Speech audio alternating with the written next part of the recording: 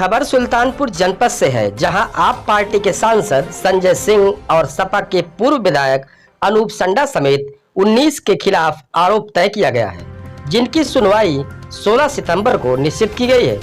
इस खबर को अमर उजाला के डिजिटल प्लेटफॉर्म से लिया गया है। अभियोजन पक्ष के मुताबिक वर्ष 2008 में सपा विधायक अनूप संडा व संजय सिंह, जो अब आप पार्टी के सांसद हैं, समेत कई लोगों ने बिजली की समस्या को लेकर शहर के ख्वाजा कॉम्प्लेक्स के पास सुल्तानपुर प्रयागराज मार्ग को जाम कर प्रदर्शन किया था। आरोप है कि लोगों ने एक रोडवेज बस पर पथराव भी किया था।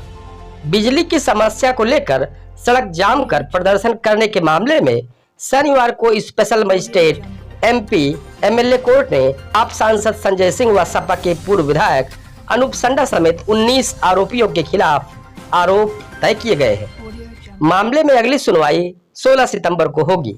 मामला कोतवाली नगर से जुड़ा हुआ है।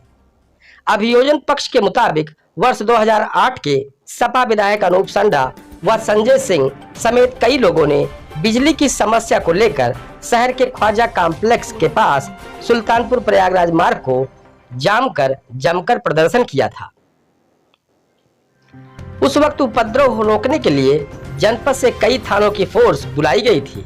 पुलिस ने सपा विधायक अनूप संडा, संजय सिंह समेत कई लोगों के खिलाफ 3 सितंबर 2008 को कोतवाली नगर में केस दर्ज किया था। इसी मामले में 3 सितंबर शनिवार को आप सांसद संजय सिंह, पूर्व सपा विधायक अनूप संडा, पूर्व सपा जिलाध्यक्ष रघुवीर यादव समेत 19 आरोपी कोर्ट में पेश हुए।